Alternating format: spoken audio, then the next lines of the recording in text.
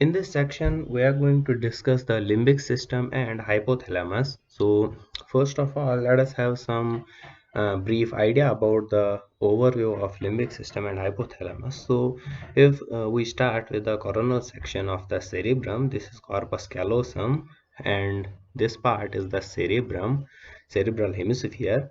This is the lateral sulcus of the cerebral hemisphere. So, this is stria terminalis, this is fornix, this is the caudate nucleus. This is the third ventricle of the brain, and this part is the thalamus, and the lower part is hypothalamus, and this is the diencephalon which joins the hypothalamus of two sides. This nucleus is the lentiform nucleus. So again, this is the lateral sulcus. This is thalamus, hypothalamus, and diencephalon. So this is the corona radiata from the cerebrum, and it converges to form internal capsule which passes between thalamus and the lentiform nucleus. So this is the internal capsule. This is the fornix and the stria terminalis. Now, if we take a look at the sagittal section, this is the corpus callosum. This is the corpus callosum. This is the anterior commissure of the cerebrum. This part is called as the lamina terminalis. Lamina terminalis, this is the optic chiasma. This is the tuber cinereum. This is the infundibulum of the pituitary. So below it here is the pituitary gland. This is the mammillary body of hypothalamus, and this is the brainstem, pons and medulla. So this is the brainstem. Now posteriorly, this is the habenular commissure, pineal gland, posterior commissure. These are the superior and the inferior colliculi of the brainstem, and this is the fourth ventricle of the brain. So this is called as lamina terminalis. This is the optic chiasma. This is the pituitary gland. This is the mammillary body. This is pons. This is medulla. This is the fourth ventricle, and this is the pineal gland. So this is the overview of the through the sagittal section. Now this here is called as the median foramen, which joins two lateral ventricles with each other, and the this is the median foramen. So the part below this median foramen, so this sulcus is called as hypothalamic sulcus. This is called as hypothalamic sulcus. Now, the part which is present above hypothalamic sulcus is called a thalamus, and the part which is present below this is called a hypothalamus. So this part is the hypothalamus. So now we have an idea about the location of hypothalamus and the boundaries of hypothalamus. Now, just above the corpus callosum, this part of the cerebral cortex is called as cingulate gyrus. Now, why I am discussing cingulate gyrus? Because it is an important part of the limbic system. So this is corpus callosum, and just above corpus callosum is the cingulate gyrus.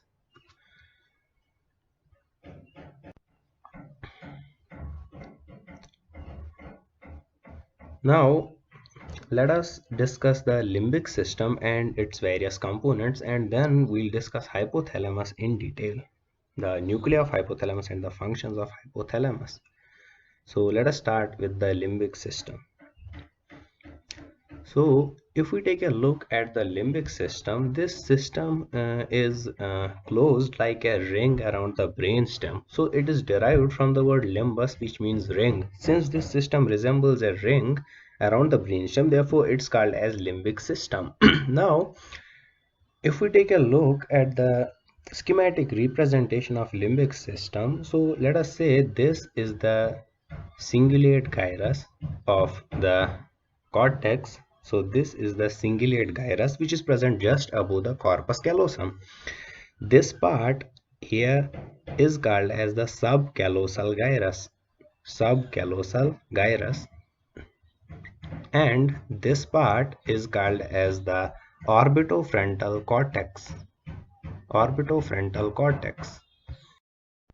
Now this cingulate gyrus, it continues this the part of the cortex. So this below the cingulate gyrus, this is called a parahippocampal gyrus. Parahippocampal gyrus. So cingulate gyrus continues with parahippocampal gyrus, and the terminal part, the end of the parahippocampal gyrus is called as uncus. So these parts, they are actually parts of the cerebral cortex. They constitute limbic cortex. So the components of limbic cortex are the cingulate gyrus, orbitofrontal cortex, parahippocampal gyrus, uncus, and subcallosal gyrus. They all constitute the limbic cortex. Now there are other structures which are part of limbic system. They are called as subcortical structures. So they are present enclosed within this ring of limbic cortex. So these structures include hypothalamus. Now, so the first important part is hypothalamus. This is the hippocampus, and below hypothalamus is the amygdala. Above hypothalamus is the anterior nucleus of thalamus. So this important part is called as anterior nucleus of thalamus.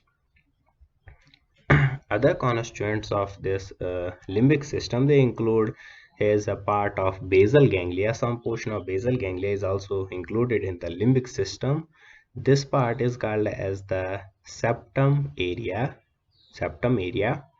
and this part here is called as the paraolfactory area. So all these, they are the subcortical structures of the limbic system.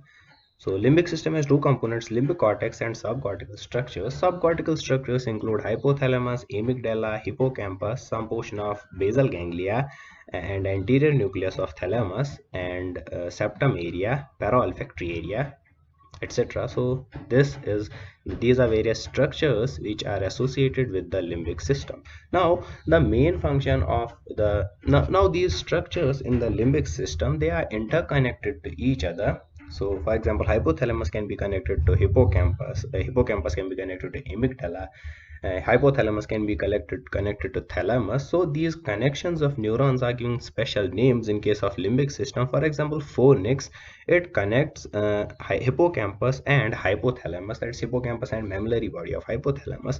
Similarly, there is the mammillothalmic tract. This tract is a bundle of neurons which connects hypothalamus with the anterior nucleus of the thalamus, mammillothalmic tract. Another important connection is the stria terminalis. So these are connections of neurons in the limbic system. They are given special names: fornix, mammillothalmic tract, stria terminalis. Now the main function of limbic system is that it is associated with emotions. So the emotions, they are mainly the function of the limbic system of brain, and an important property of limbic system is that there is prolonged after depolarization in this system. It means emotions the impact of emotions is going to last for some time because of this prolonged after depolarization of the neurons of limbic system. Now let us discuss the important physiological aspect of limbic system, that is emotions. First of all, we know that limbic system, it is a very old part of the brain. In evolution, it's one of the earliest parts of the brain to develop, and it is associated with smell. Therefore, it was also called as smell brain or rhyncephalon. Smell brain or rhyncephalon. Now most of the functions of limbic system will be discussed in a circuit which is called as the Pepys circuit. So the main components, that is hippocampus, amygdala, and hypothalamus. So hippocampus, the main function of hippocampus is associated with memory. We discussed it in detail in the section of memory.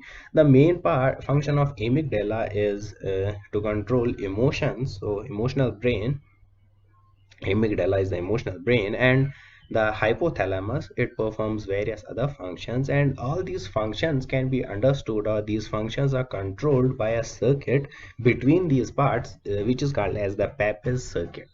So Pepys circuit interconnects these different parts, different components of the limbic system. This Pepys circuit will be discussed in detail in a few moments. Now let us understand the physiology of emotions. So first of all, we should know what is an emotion. So emotion is an aroused state of intense feeling. So it's an aroused state of intense feeling or and autonomic activity, and even emotional behavior. So there is an aroused feeling, aroused state of intense feeling, autonomic action, and emotional behavior.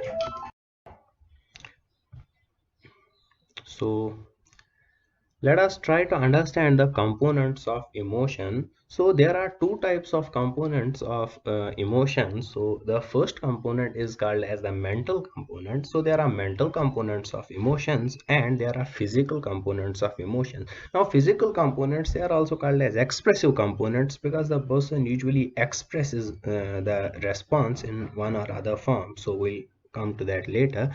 The mental components of emotions include cognition. So the first component is cognition.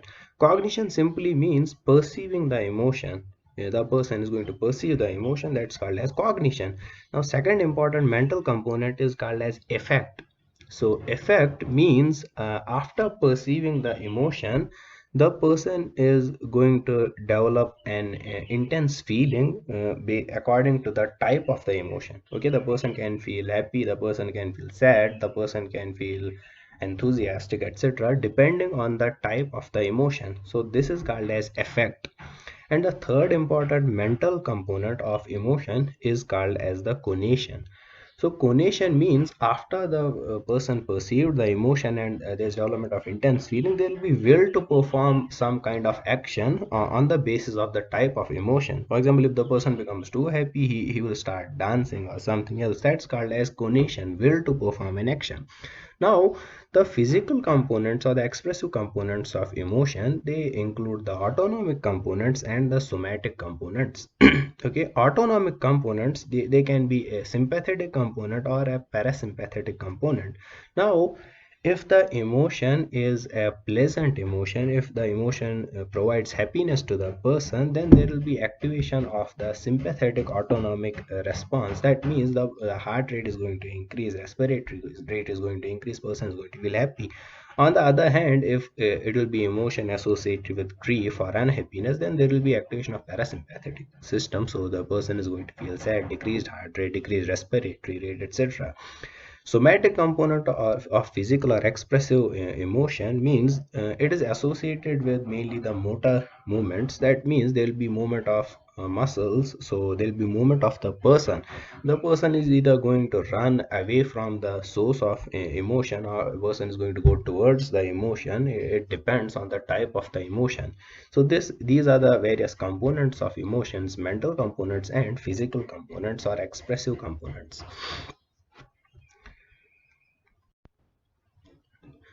Now, after now, an important aspect of emotions is also the emotional behavior. So, how the person is going to behave after there's output from from hypothalamus. We are going to see that in the Pepys circuit. So, the first type of emotional behavior is fear or placidity. It means it's simply the fleeing or avoidance reaction. The person is going to run away from the source of the emotion, and this is controlled by hypothalamus and amygdala. So hypothalamus and amygdala, which are parts of limbic system, they are associated with placidity or fear. Another important emotional behavior is the rage. So the person will show fighting or aggressive behavior, attacking behavior. This is called as rage. Now there is an important now this occurs because of stimulation of punishment centers in the brain. So stimulation of punishment center result in rage, which results in fighting or attacking reactions. Now there's a term which is called as sham rage. It means the person is going to show rage without any emotions. So it's an extreme rage without emotions. It occurs in animals when there is when we perform the transection of brainstem above the level of thalamus. Then in that case, the animals show sham rage, the phenomenon of sham rage. Another important type of behavior is the sexual behavior, and uh, another behavior emotional behavior is the reward of punishment. So if the emotion will be pleasant, then there will be stimulation of reward centers which will provide good feeling, and if the emotion is unpleasant, then there will be stimulation of punishment centers, and that will provide unpleasant feelings. Now hypothalamus, it's the main seat of all the emotions, because the emotional behavior that we saw before some time, that's rage and other reward punishment, it's controlled by hypothalamus. Because see, now we are going towards the Papez circuit. The sensory input of emotions is going to be received by the hypothalamus. Hypothalamus sends this information to another part of the limbic system, that is anterior nucleus of thalamus. Now this tract is called as the mammillothalamic tract between hypothalamus and the anterior nucleus of thalamus. This is the mammillothalamic tract. From anterior thalamus, the information is going to be conveyed to the cingulate gyrus.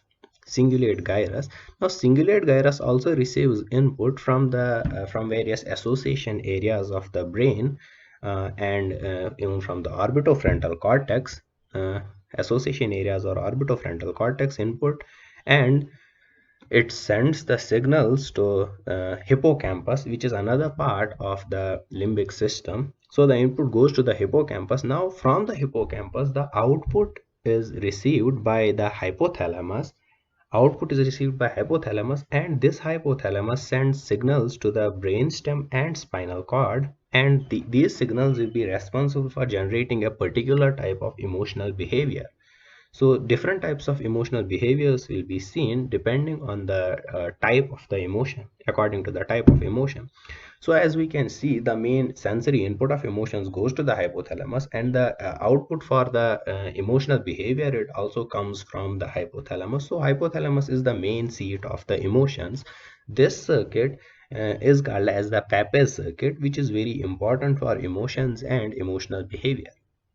Now, an important part of the limbic system is amygdala. Amygdala is associated with memory. The role of it's associated with emotions. The role of amygdala in emotions has been explained by a simple extension of the Papez circuit, and the extended circuit is called as extended Papez circuit. So if this is the hypothalamus receives sensory input of emotions, and it sends the information to the anterior nucleus of the thalamus. So anterior thalamus from mammillothalamic tract and this information goes to the cingulate gyrus. Now from cingulate gyrus, it also receives input from association areas and the orbitofrontal cortex. So this is the input, and the signals are conveyed through the fornix to the hippocampus. Now from hippocampus, the information goes to amygdala, and output comes from amygdala and goes to the hypothalamus, from where these signals are conveyed to brainstem and spinal cord for controlling the emotional behavior of the person. So as we can see, amygdala so this is the extended Papez circuit, and the function of amygdala can be explained on the basis of extended Papez circuit. Now we'll go to the next section of today's lecture, that is hypothalamus. So we already discussed the location and structure of hypothalamus. Now the very important topic in the hypothalamus, these are the nuclei of hypothalamus. So we should have a good understanding of different nuclei in the hypothalamus, because the functions of hypothalamus are performed by these nuclei. So this is corpus callosum, anterior commissure, lamina terminalis, optic chiasma, infundibulum, and this is the pituitary gland. So this is the brainstem. This is the pineal gland, posterior commissure, superior inferior colliculus, fourth ventricle. Now this part, this sulcus is called as the hypothalamic sulcus, and the part below the sulcus is the hypothalamus. So this part is the hypothalamus. So this part is the hypothalamus. Now the above part is the thalamus and the lower part is the hypothalamus. Now there are different nuclei in the hypothalamus, and these nuclei can be remembered by dividing hypothalamus into three parts. So let us divide hypothalamus into three parts: anterior part, intermediate part, and the posterior part of hypothalamus. So there are three parts: anterior, intermediate, and posterior part of the hypothalamus. Now in the anterior part there are 5 nuclei. Okay, 5 nuclei are present in the anterior part. Intermediate part contains 4 nuclei, and the posterior part contains 2 nuclei. Okay, so let us start with the anterior part. The so these are the first two nuclei in the anterior part. Now the first important nuclei, that's number one and number two. Okay, so number one nucleus, it's called as the paraventricular nucleus. Paraventricular nucleus. Now this nucleus, it secretes the hormone called as oxytocin. So oxytocin is secreted by this nucleus, and the tract extends from this, which goes into the posterior pituitary. So this oxytocin is stored here in the posterior pituitary. Same happens with another nucleus. So nucleus number two is called as the supraoptic nucleus, and it secretes vasopressin, and again that vasopressin goes to the posterior pituitary where it is stored and from where it's released. So the first two nuclei are the paraventricular and the supraoptic nucleus. Now this is nucleus number three. It's called as the anterior nucleus. Nucleus number three is called as the anterior nucleus. Anterior nucleus. Now this anterior nucleus, it has some role in the temperature regulation. We'll see that later. Nucleus number four is called as the suprachiasmatic nucleus. It is present in the anterior part of hypothalamus, and it plays an important role in maintaining the circadian rhythm. So in maintaining circadian rhythm, suprachiasmatic nucleus plays an important role. Now the fifth type of nucleus in the anterior part is called as the preoptic nucleus. This is the preoptic nucleus. It is mainly, this is the nucleus number 5, preoptic nucleus. It is associated with sweating. That means it plays role in the temperature regulation of body. It is associated with sweating. Okay, now let us move to the nucleus of the intermediate part. So the nucleus of the intermediate part, this nucleus is called as the posterior nucleus. Okay. Posterior nucleus. Okay, sorry, this posterior nucleus is present in the posterior part, not in the intermediate part. Okay, so let me draw this posterior nucleus in the posterior part. So this nucleus is the posterior nucleus number 6, and the nucleus number 7 in the intermediate part, it's called as, now in the intermediate part only two nuclei, there are four nuclei present. So this is the dorsal medial nucleus, and nucleus number 8 is the ventral medial nucleus. So nucleus number 7 is the dorsal medial nucleus, and nucleus number 8 is the ventral medial nucleus. Ventral medial nucleus. Now another important nucleus present in the intermediate part, another nucleus present in the intermediate part, this nucleus right here, it's called as the arcuate nucleus. This nucleus is called as the arcuate nucleus. It is actually a combination of different nuclei which forms an arc-like structure in some plane of the brain. So this is arcuate nucleus. And the last nucleus of the posterior part of hypothalamus, it is the mammillary body of the hypothalamus that is located somewhere above the brainstem. So right here, this is the mammillary body number 10. Mammillary body, which is a nucleus in the posterior part of the hypothalamus. So these are different nuclei in the hypothalamus. These nuclei perform different functions. So now we'll discuss the functions of hypothalamus in detail. So functions of hypothalamus. Now the first important function of hypothalamus is the circadian rhythm. So hypothalamus plays a very important role in maintaining circadian rhythm of different hormones. So circadian rhythm means the daily hormonal variations that we see. For example, if we talk in terms of adrenocorticotropic hormone, ACTH, so the maximum levels of ACTH are seen at around 5 a.m. and the minimum or least levels of ACTH are seen at 3 p.m. So this variation, it goes on in a cyclic manner. It's called as circadian rhythm, and it's mainly maintained by the suprachiasmatic nucleus of the hypothalamus. So we already discussed this nucleus number 4 present in the anterior part of hypothalamus. This nucleus is called as suprachiasmatic nucleus. Suprachiasmatic nucleus. Now another important function of hypothalamus is the regulation of food intake.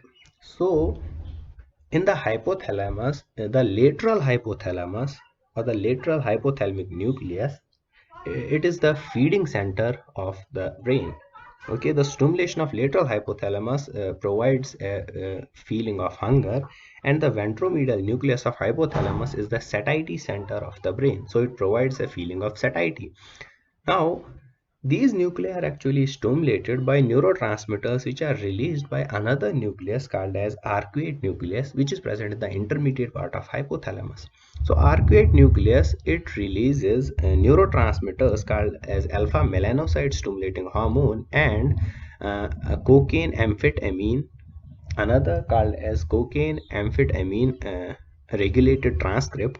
These neurotransmitters stimulate the ventromedial part of the nucleus of hypothalamus and provide a feeling of satiety.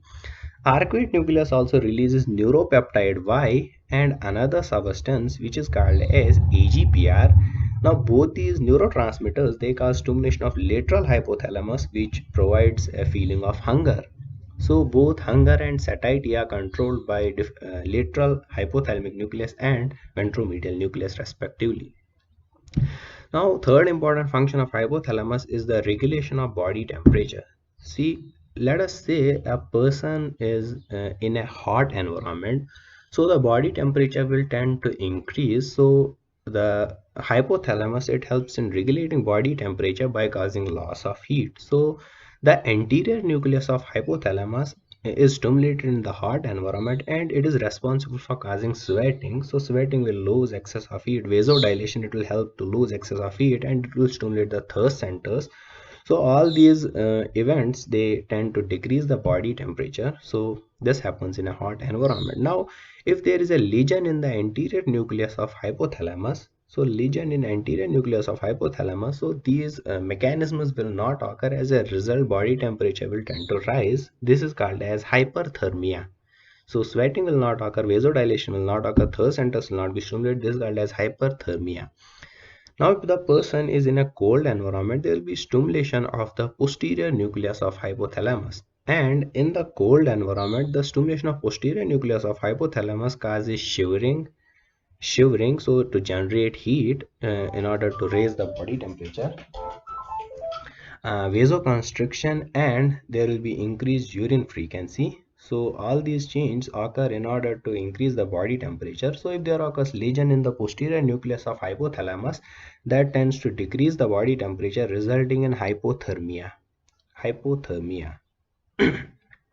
Now another important function of hypothalamus is, so another important function of hypothalamus is memory. So we already discussed this function. The main part of hypothalamus is the mammillary body, and the Papez circuit plays role in the mammillary body of hypothalamus. The fifth important function of hypothalamus is that it secretes hormones such as vasopressin and oxytocin.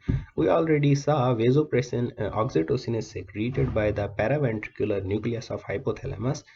Now this can be remembered, oxytocin is related to parturition, so PAR and PAR. So it is secreted by paraventricular nucleus. Vasopressin is secreted by supraoptic nucleus of the hypothalamus. So supraoptic nucleus of hypothalamus secretes vasopressin and both are stored in the posterior pituitary. Now sixth important function of hypothalamus is rage. So the stimulation of dorsal medial nucleus, it causes rage, that is aggressive behavior. So it has been seen that the stimulation of this nucleus in animals results in a phenomenon which is called as sham rage. So the animal shows behavior of hissing, biting, and certain other aggressive forms. So this is called as sham rage. Now the seventh important function of hypothalamus is the regulation of sleep. So hypothalamus plays a role in the regulation of sleep. So the lateral nucleus of hypothalamus is associated with wakefulness, and the neurotransmitter involved here is the orexin.